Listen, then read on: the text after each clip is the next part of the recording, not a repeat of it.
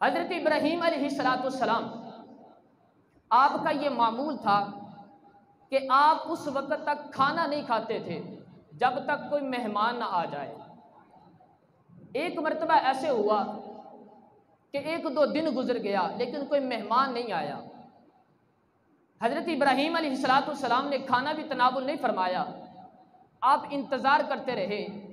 جب آپ کو بھوک نے ستایا تو حضرت ابراہیم علیہ السلام نے سالن تیار کروایا۔ سالن تیار کروانے کے بعد آپ نے دسترخوان بچھایا۔ دسترخوان بچھا کر حضرت ابراہیم علیہ السلام دسترخوان پر بیٹھے کھانا شروع کرنے لگے۔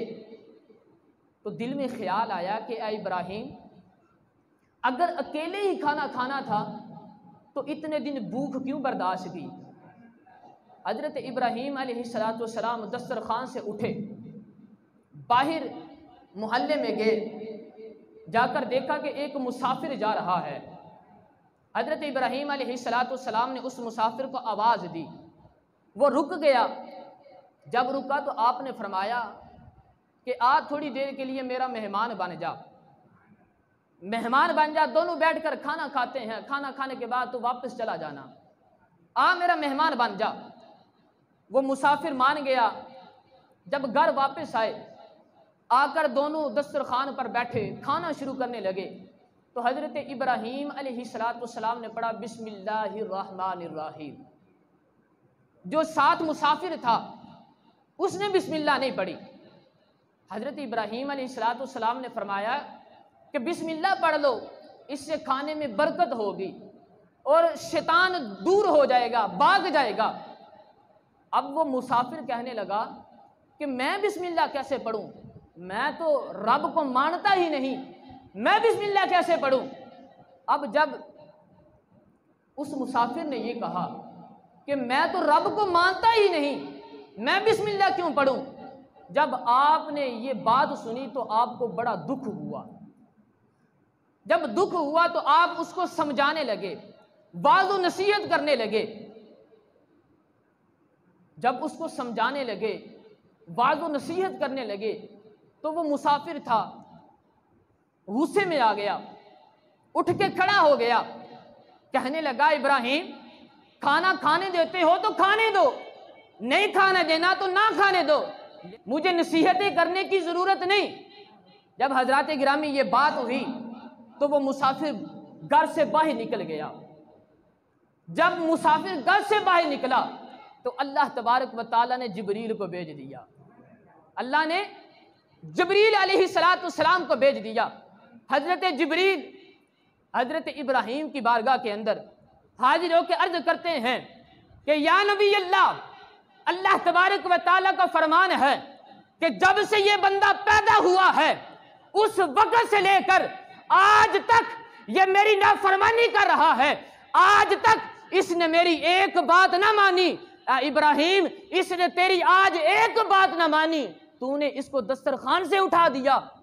جب حضرت جبریل نے یہ کہا، حضرت ابراہیم علیہ السلام دسترخوان سے اٹھے، پھر اس مسافر کے پیچھے، پھر جا کر اس کو تلاش کیا، اس کو آواز دی، اس کو کہا کہ آؤ یار مل کر کھانا کھاتے ہیں، کھانا کھا کے چلے جانا۔ اس نے کہا ابراہیم، پہلے تو بڑے جذبات کے اندر تھے، بڑے غصے کے اندر تھے، یہ اچانک تبدیلی کیسے آ گئی، یہ نرمی کیسے آ گئی؟ حضرت ابراہیم علیہ السلام آپ نے فرمایا کہ جب تو میرے گھر سے باہر نکلا میرے رب کا پیغام آ گیا کہ اے ابراہیم، جب سے یہ بندہ پیدا ہوا ہے اس وقت سے لے کر آج تک اس نے میری ایک بات نہ مانی، آج تک یہ میری نافرمانیاں کرتا آ رہا ہے۔ اے ابراہیم، اس نے ایک بات نہ مانی، میں نے اس کا کھانا بند نہیں کیا، میں نے اس کا پانی بند نہیں کیا، میں نے اس کو دسترخوان سے نہیں اٹھایا۔ اے ابراہیم، اس نے آج تیری ایک بات نہ مانی تو نے دسترخوان سے اٹھا دیا۔ وہ مسافر کہنے لگا کہ یار تیرا رب اتنا بے نیاز ہے، وہ اتنا غفور الرحیم ہے کہ میں ساری زندگی اس کی نافرمانی کرتا آ رہا ہوں، لیکن وہ پھر بھی مجھے کھانا دے رہا ہے، وہ پھر بھی مجھے پانی دے رہا ہے۔ میرا رب وہ ہے، وہ اس سے بھی بڑھ کر غفور الرحیم ہے۔ جب آپ نے یہ کہا تو وہ مسافر وہ کہنے لگا ابراہیم مجھے کلمہ پڑھا کہ میں ایمان سے بھی مشرف ہو سکوں۔ حضرت ابراہیم علیہ السلام نے اس کو کلمہ پڑھا کر اپنے غلاموں میں شامل فرما لیا۔ حضرات گرامی، جو رب غیروں پر اتنا کرم کرے، جو رب غیروں پر اتنا کرم کرتا ہے، تو جس نے اس کا کلمہ پڑھا ہو، جو اس کے محبوب کا امتی ہو، تو وہ پروردگار پھر اس پر کتنا کرم کرے گا۔ لیکن بات یہ ہے کہ یار ایک بار تو اس کی بارگاہ میں آ تو صحیح، ایک بار آ کر تو سچے دل سے توبہ کر تو صحیح۔ وہ رب بڑا غفور الرحیم ہے، وہ جس نے ساری زندگی اس کی ایک نہ مانی، ساری زندگی اس کی نافرمانیاں کرتا رہا، لیکن اس کو معاف کر دیا۔ تو جو اس کے محبوب کا امتی ہو کر اس کی بارگاہ میں آ کے سجدہ کر لے گا، سچے دل سے توبہ کر لے گا، پھر اللہ تبارک و تعالیٰ اس کی بھی زندگی کو سنوار دے گا۔ ایک بار آ تو صحیح، اس کی بارگاہ میں آ کے سجدہ کر تو صحیح۔ ہم تو مائل بکرم ہیں، کوئی سائل ہی نہیں، راہ دکھلائیں کسے، کوئی راہ رو منزل ہی نہیں۔